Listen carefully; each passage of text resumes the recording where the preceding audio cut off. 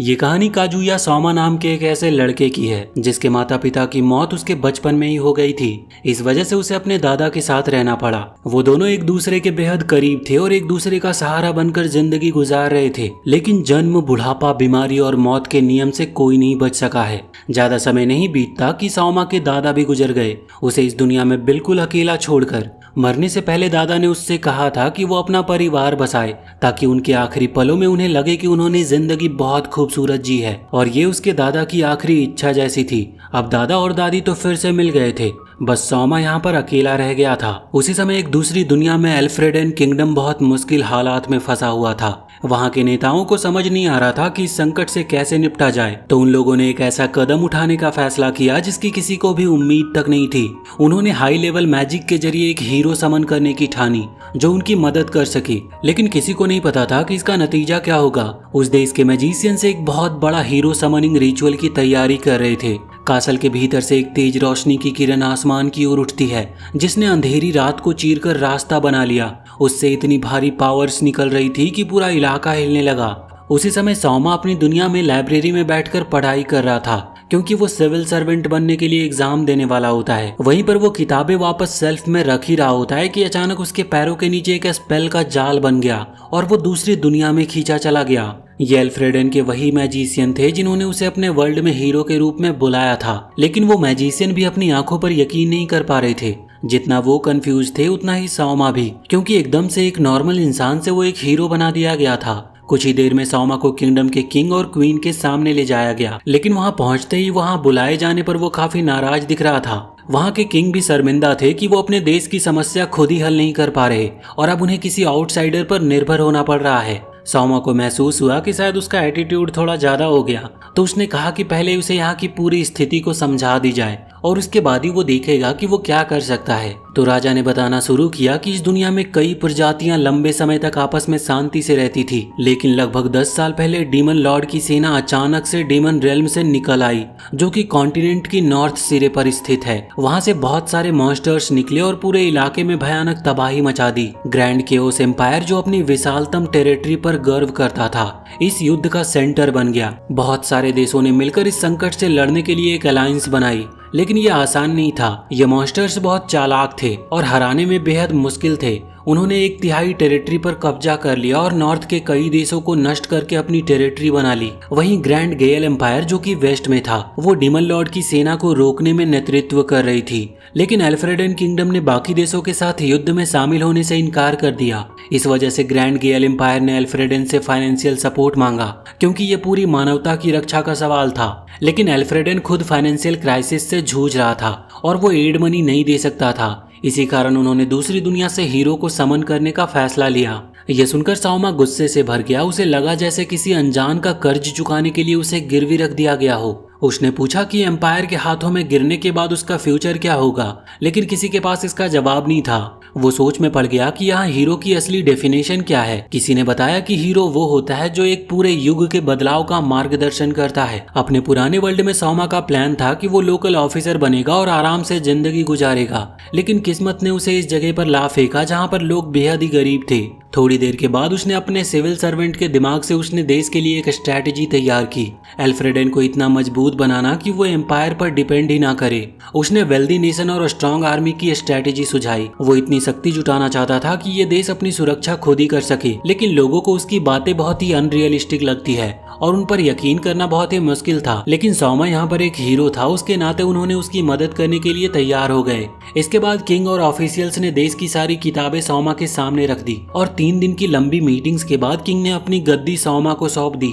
नए किंग का चेहरा थका हुआ था और आंखों के नीचे डार्क सर्कल थे और वो काफी कमजोर था, जैसे कई दिनों से काफी भूखा हो। किंग ने अपनी इकलौती बेटी प्रिंसेस लीसिया की शादी भी उससे तय कर दी। सौमा के किंग बनने की खबर पूरे किंगडम में फैल गई। एल्फ्रेडन आर्मी के 3 मार्क्यूस भी हैरान रह गए। प्रिंसेस लीसिया जो दूर किसी काम में लगी थी, वो घोड़े पर तेजी से कैपिटल लौटी क्योंकि उसे डर था कि उसके पेरेंट्स से थ्रोन छीन लिया गया होगा। लेकिन उसने वहां पर देखा कि किंग और क्वीन तो आराम से एक दूसरे में मग्न थे। लिसिया गुस्से में थी और डर रही थी कि देश किसी और के हाथों में चला जाएगा, लेकिन किंग ने बताया कि उसे लगता है कि सौमा बेहद ही टैलेंटेड है और इसीलिए उन्होंने अपनी गद्दी छोड़ दी है। वो देश के लिए तो इसे मान सकती थी, लेकिन शादी के एंगेजमेंट को मानना उसके लिए मुश्किल था। इसके बाद वो सीधे सौमा से मिलने गई। रास्ते में उसने सोचा कि ये कोई बेकार और आलसी सा आदमी होगा, लेकिन जैसे ही वो अंदर पहुंची उसने देखा कि सौमा पेपर वर्क के पहाड़ में डूबा हुआ है। सौमा ने उससे पूछा कि क्या वो पढ़ना लिखना जानती है। जब उसने साबित कर दिया कि वो एजुकेटेड है तो सौमा ने उसे अपने असिस्टेंट बनने का प्रस्ताव दिया। वह हैरान थी कि एक प्रिंसेस से ऐसा काम करवाया जाए। सौमा ने कहा कि शादी के मामले में अगर वो चाहे तो एंगेजमेंट कैंसिल कर सकती है, क्योंकि उसने भूखे लोगों के लिए किंगडम के कुछ ज्वेल्स को बेच दिए ताकि देश को रिबिल्ड किया जा सके। इस दुनिया में मॉन्स्टर स्पीसीज को ट्रांसपोर्ट के लिए इस्तेमाल किया जाता है। यहाँ साइंस और टेक्नोलॉजी नहीं थी, लेकिन मैजिक बेहद ही एडवांस थी। सौमा को मैजिशियन उसकी पावर को चेक करने के लिए ले गए और उसके पास पपेट कंट्रोल मैजिक थी, जिससे वो अपनी कॉन्शियसनेस किसी ऑब्जेक्ट में डालकर उसे कंट्रोल कर सकता था। इससे वो एक साथ कई पेन चला सकता था और पेपर वर्क को जल्दी खत्म कर सकता था। इसके बाद सौमा ने सारे करप्ट ऑफिशियल्स को पकड़कर उनकी संपत्ति जब्त करने की पॉलिसी लागू की। लिसिया पेपर वर्क में मदद करते करते वहीं सोफे पर सो गई थी, तो सौमा उसे सोते हुए जाकर पास से देखता है, लेकिन तभी अचानक वो जाग जाती है और वो काफी शर्मिंदा भी होती है। सुबह होते ही सौमा उसे फील्ड दिखाने ले गया, जहाँ पर कॉटन फील्ड पर बहुत खर्चा हो रहा था। उसने फ्यूचर डेवलपमेंट की प्लानिंग समझाई। वो सोल्जर्स के साथ कैंटीन में सिंपल खाना खाता था ताकि खर्च कम हो। नाइट कैप्टन लुरविन भी इन पॉलिसीज से काफी खुश था, लेकिन सौमा को पैलेस में टैलेंटेड लोग बहुत ही कम मिल रहे थे। बस प्राइम मिनिस्टर मार्क ही उसके कुछ काम आ रहा था।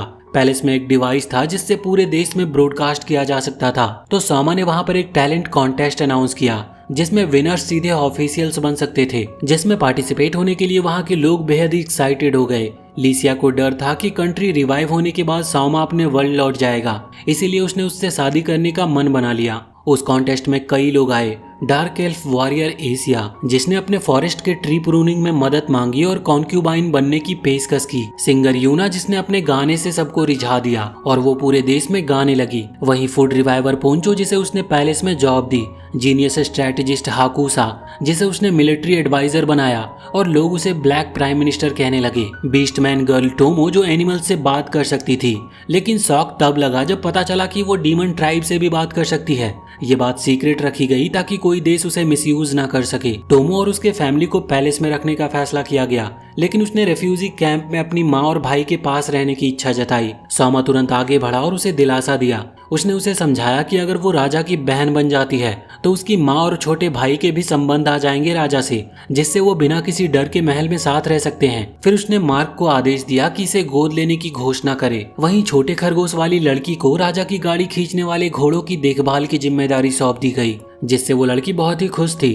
अगले दिन सौमा लिसिया का कमरा उधार लेने पहुंचा ताकि वो कुछ अजीब सी गुड़िया बना सके। उसका अपना कमरा ऑफिसर्स द्वारा इस्तेमाल किया जा रहा था। जब नौकरानी ने उसे और लिसिया को कमरे में साथ देखा तो उसने सोचा कि ये दोनों थोड़ा ज्यादा करीब आ गए हैं। ये खबर मिलते ही सौमा और लिसिया तुरंत बाहर निकले पोंचो से मिलने, जो अभी अभी महल लौटा था। पोंचो पूरे साम्राज्य में घूमकर राजा के ऑर्डर पर एक बैग भोजन लेकर आया था। जो बैग वो लाया था वो कोई साधारण नहीं था, उसे शाही खजाने का दर्जा प्राप्त था, क्योंकि इसमें मौजूद कोई भी वस्तुएं बेहद दुर्लभ होती थी। इसके तुरंत बाद सौमा ने सबके देखने के लिए एक स्पेशल कुकिंग शो का आयोजन किया। उसने लोगों को बताया कि साम्राज्य में भोजन की कमी की स्थिति बहुत ही गंभीर है, इसीलिए वो उन्हें ऐसे व्यंजन बनाना सिखाना चाहता था जिनके बारे में वो शायद पहले जानते नहीं थे। जैसे ही पहला पकवान ऑक्टोपस का मांस पेश किया गया, कई लड़कियों के चेहरे डर से भर गए, लेकिन यूना ने बताया कि समुद्री क्षेत्रों के लोग अक्सर ऑक्टोपस खाते हैं। राजा भी एप्रन पहनकर खुद ही रसोई में जाकर अपनी कुकिंग स्किल्स को आजमाने का फैसला किया। सौमा ने ऑक्टोपस के टेंटिकल्स को पतले पतले टुकड़ों में काटा,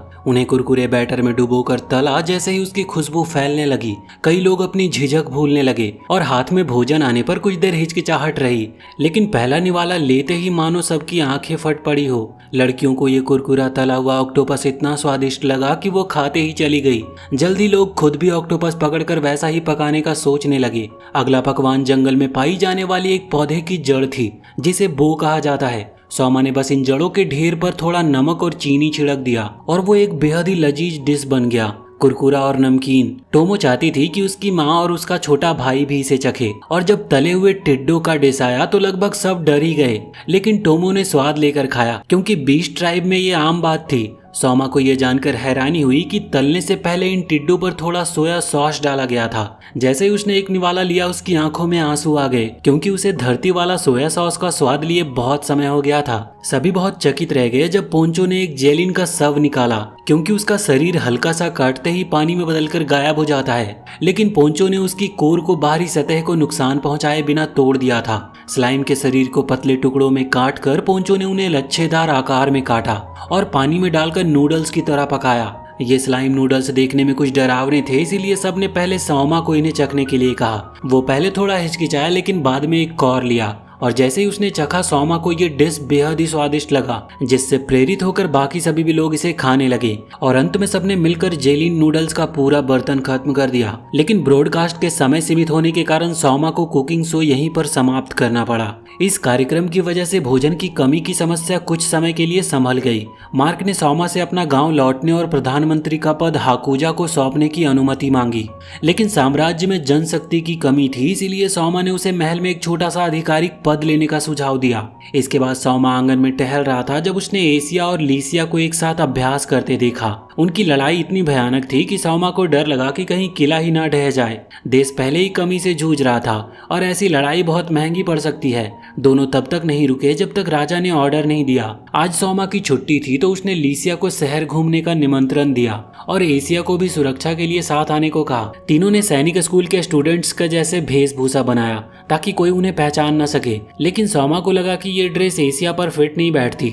चलते चलते एशिया को बहुत भूख लगी तो सौमा ने यूना के कैफे जाने का सुझाव दिया। यूना ने तुरंत ही पहचान लिया कि वो दूसरे भेष में है। उसने बताया कि जेलिन नूडल्स अब ग्राहकों में बेहद लोकप्रिय हो गया है, लेकिन सौमा को वहां पर एक सुंदर महिला को देखकर मुस्कुराते हुए देखकर लीसिया और एशिया को थोड़ा जलन हो रही थी। पहली मुलाकात में लोग एशिया को एक मजबूत एल्फ योद्धा मानते थे, लेकिन अब बस एक अनाड़ी खाने की शौकीन लड़की लग रही थी वो। बातचीत में सौमा को पता चल गया कि इस दुनिया में पुरुष कई पत्नियां रख सकते हैं। लीसिया ने पहली पत्नी होने के नाते सौमा को 7 और पत्नियां रखने की अनुमति दी, इसीलिए एशिया और यूना भी उसकी कॉन्क्यूबाइन बनने की प्लान बनाने लगी। अल्फ्रेडन साम्राज्य के पास 1 लाख से अधिक सैनिक थे, लेकिन राजा केवल आधी सेना पर ही कंट्रोल रखता था, जबकि बाकी 3 मर्क्विक्स के अधीन थी, खासकर ड्यूक कमाया की पैदल सेना।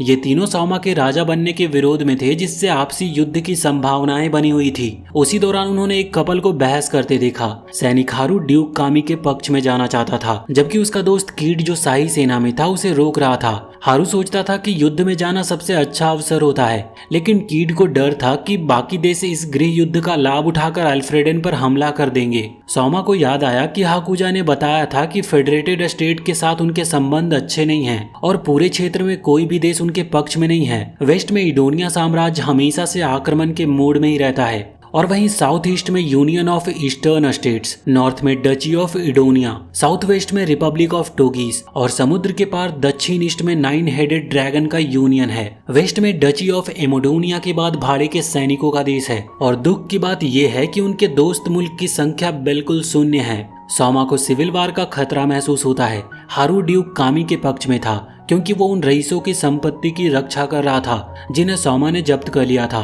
लेकिन कीड ने बताया कि वो सभी रईस भ्रष्ट थे। तभी सौमा वहां पर पहुंचा। कीड उसे पहचान कर हैरान रह गया, क्योंकि वो अल्फ्रेडन का राजा है, जबकि हारू ने पहले उसे नहीं पहचाना और काफी असम्मान दिखाया। एशिया ने गुस्से में उसे धमकाया और पहचान कराई। सच जानकर हारू इतना डर गया कि उसने खुद को गीला कर लिया। सौमा ने हारू को दोष नहीं दिया, लेकिन समझाया कि अगर वो ड्यूक कामी के साथ गया तो उसे अपने ही दोस्त कीड से लड़ना पड़ेगा। यह सुनकर हारू ने अपना निर्णय बदल दिया। इसके बाद लीसिया ने सौमा की तारीफ की कि उसने स्थिति अच्छे से संभाली, लेकिन सौमा ने कहा कि उसने बस वही कहा जो उसे सही लगा। लीसिया ने उसे अपनी गोद में सिर रखने का प्रस्ताव दिया और थोड़ी झिझक के बाद सौमा ने मान लिया। दोनों ने फ्यूचर के बारे में बात की, लेकिन फिर माहौल चुप्पी में बदल गई।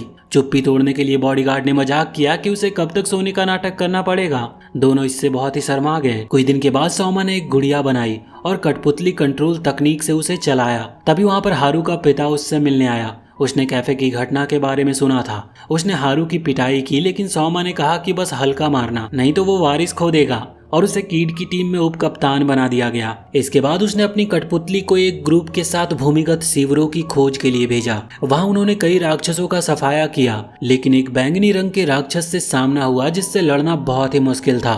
भागते समय कठपुतली गिर गई और बम फेंकने वाले साथी को बचाने के लिए उसने खुद को ढाल बना दिया। बाद में एक लड़की ने कठपुतली को साफ किया और धन्यवाद कहा। नहाते समय लिसिया ने कठपुतली को देखकर कहा कि ये पहले से बड़ी लग रही है। सोमा ने आकार के मुद्दे को नजरअंदाज किया और बस बताया कि उसने इसे सुरंगों में भेजा था। अगले दिन उसने लिसिया और राज्य के अधिकारियों को उनकी मेहनत के लिए काफी धन्यवाद दिया और समुद्र के किनारे शहर वेनेटिनोवा को बनाने का प्लान बताया, जो व्यापार का सेंटर बनेगा। अधिकारियों को उसकी दूरदृष्टि देखकर काफी आश्चर्य हुआ। उसने घोषणा की कि सभी को 5 दिनों की छुट्टी मिलेगी, लेकिन पदक नहीं दिए जाएंगे क्योंकि सादगी की नीति अपनाई गई है। हालांकि शराब की बोतलें लेने की अनुमति होगी। मीटिंग के बाद लिसिया ने पूछा कि क्या सोमा कुछ ज्यादा एक्टिंग तो नहीं कर रहा। उसने माना कि उसने काम थोड़ा जल्दी शुरू कर दिया था, इसीलिए वो थोड़ा कंफ्यूज था। हालांकि लिसिया यहाँ पर सोमा की सेहत को लेकर काफी चिंतित थी, क्योंकि हाल ही में वो बहुत काम में डूबा हुआ था। सोमा ने मजाक में कहा कि अगर वो मर भी गया तो अल्फ्रेडन एक और हीरो बुला सकता है। लेकिन जैसे ही सोमा झपकी लेने लगा, लिसिया ने धीरे से फुसफुसाते हुए कहा कि उसे सिर्फ सोमा की ही जरूरत है, और उसके बाद उसने उसे एक किस किया। अगले दिन सोमा और बाकी सभी लोग साउदर्न कोस्ट की ओर रवाना हुए ताकि नए शहर के निर्माण की शुरुआत की जा सके। लेकिन लुरविन ने उन्हें बताया कि वहाँ के लोकल इस निर्माण का बड़ा विरोध कर रहे हैं। लुरविन ने समझाया कि गांव वाले इस बात से डर रहे हैं कि ऐसा करने से सी गॉड नाराज हो जाएंगे। सी गॉड का जिक्र हुआ तो सोमा को इस पर संदेह हुआ।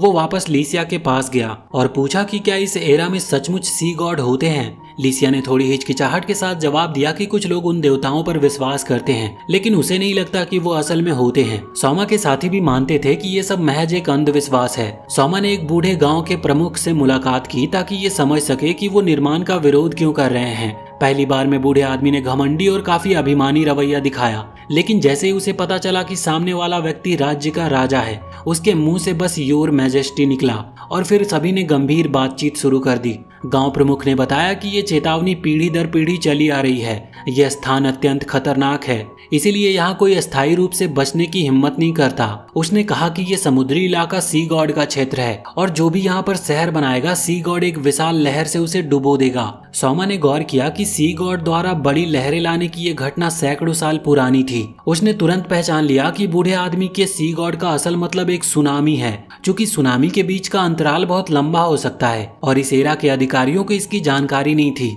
फिर भी इस सच्चाई ने सोमा के संकल्प को कमजोर नहीं किया। वो अब भी इस कंट्री का हार्ट यहाँ पर बसाना चाहता था। उसने केवल प्लान में थोड़ा बदलाव किया। पुराने स्थान पर नगर बसाने से यह खतरा था कि किसी दिन वो सुनामी से डूब सकता था। इसीलिए सोमा ने निर्माण स्थल को थोड़ा नॉर्थ की ओर खिसका दिया ताकि शहर सुनामी को सह सके। गांव के बुजुर्गों के अनुभव के आधार पर उसने सुनामी के लक्षण बताए, जैसे कि आने से पहले जमीन का तेज हिलना, जिसे भूकंप कहते हैं। सोमा लगातार ये सब विस्तार में उन लोगों को समझाता रहा। वहाँ मौजूद लोग चकित थे और कुछ के तो मुंह खुले के खुले रह गए। बाद में सोमा को लगा कि वो थोड़ा ज्यादा बोल गया, तो उसने अपनी बात वहीं पर रोक दी। उसने अंत में ये सीख दी कि जब भी सुनामी का खतरा हो तो स्थानीय लोग तुरंत ऊंचे स्थान पर शरण ले। उसने ये बात भी कहा कि ये चेतावनी जो लोग समुद्र के किनारे रहते हैं वहां तक भी पहुंचानी जानी चाहिए। इस दौरान लिसिया और बाकी गार्ड्स चुपचाप सुन रहे थे। वो सोमा की सराहना कर रहे थे कि वो देश निर्माण में कितना मेहनती है। उस दुनिया के लोग अब भी समुद्र में बड़े युद्धपोत बनाने की तकनीक रखते थे, लेकिन उन्हें चलाने वाले बड़े इंजन बनाने में वो बिल्कुल असमर्थ थे। इसीलिए उन्हें समुद्री ड्रैगन को ट्रेनिंग करना पड़ता था, जो इन जहाजों को समुद्र में खींच सके। सोमा के आदेश पर कीड ने शाही सैनिकों की एक टीम को साउथ की ओर भेजा ताकि नए शहर के लिए सड़कें बनाई जा सके। शाही सैनिकों को सड़क बनाते देखकर हारू को बहुत ही दिक्कत हुई, लेकिन सोमा से मिलने पर उसने कुछ भी नहीं कहा। सैनिक काम से थके हुए थे और उन्होंने काम के कपड़ों की बजाय सफेद मजदूर कमीजें पहन रखी थी। जल्दी दोपहर का समय हो गया। हारू ने सोमा के बनाए एक डिश अदरक से ग्रिल किया हुआ मांस का एक कौर लिया और तारीफ की कि ये बहुत ही स्वादिष्ट है। उसने ये भी माना कि सोमा खाना बनाने में बहुत ही स्किल्ड है। वहीं के ने बताया कि सोमा ने वुल्फ ट्राइब में लोगों को मसाले लाने के लिए भेजा था। इस ऑर्डर ने उस कबीले को रोजगार दिया और राज्य के लोगों को अच्छा भोजन भी मिला, यानी एक तीर से दो निशाना हो गया। उसने ये भी कहा कि फूड ट्रांसपोर्टेशन के लिए सड़कें बनाना और नए नए तरह के भोजन बनाने से खाने की कमी में बहुत ही कमी हो गई है। ये सुनकर हारू बहुत ही आश्चर्यचकित था। उसे उम्मीद नहीं थी कि सोमा इतना दूर का सोचता होगा। खाने के बाद हारू ने कहा कि वो थोड़ी देर सोएगा। सोमा ने भी इसका समर्थन किया, ये कहकर कि रेस्ट करने के बाद वो थोड़ा और भी ज्यादा काम कर पाएगा। इसके बाद सोमा और बाकी लोग ग्रामीण सड़क निर्माण का निरीक्षण करने गए। सोमा ने हारू से भी सर्वे में शामिल होने को कहा और उसे समझाया कि ये नई सड़कें भारी जानवरों द्वारा खींचे जाने वाले गाड़ियों का भार झेल सकती है। उसने राक्षसों को भगाने वाले पेड़ भी लगाए जो कि ऐसी वाइब्रेशन प्रोड्यूस करती है जिन्हें डीमन जंगली जीव पसंद नहीं करते, और ये पेड़ नेचुरल शील्ड की तरह काम करेंगे। लेकिन सौमा ने इन्हें ना तो बहुत घना और ना ही बहुत बड़ा बनाया, बल्कि बहुत ही बैलेंस्ड दूरी पर लगाया ताकि बाकी जानवरों को नुकसान ना हो। सौमा ने जहाजों से ली गई सामग्रियों का इस्तेमाल सड़क के दीपक बनाने में भी किया जो रात में चमकते थे। सब लोग बातें कर रहे थे कि तभी एक मैसेंजर बर्ड एशिया के पास पहुंचा। संदेश पढ़ते ही एशिया बहुत घबरा गई क्योंकि उसके एल्फ विलेज में भूकंप आया था। गांव का आधा हिस्सा और कई एल्फ लोग मिट्टी में दब गए थे।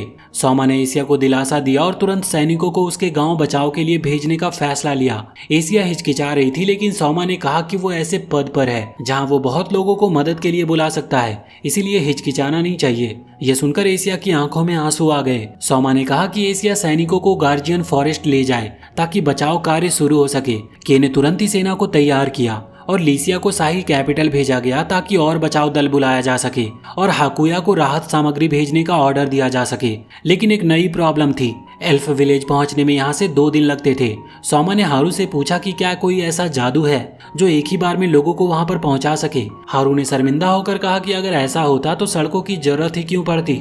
घोड़ा गाड़ी से ट्रैवल कर बचाव दल गाँव पहुंचा। सौमा ने एशिया के पिता जो गाँव के प्रमुख थे उनसे मुलाकात की और स्थिति को समझा। सौमा ने बताया कि वो 50 शाही सैनिक लाया है और कुछ दिनों में दूसरा बचाव दल राहत सामग्री लेकर आएगा।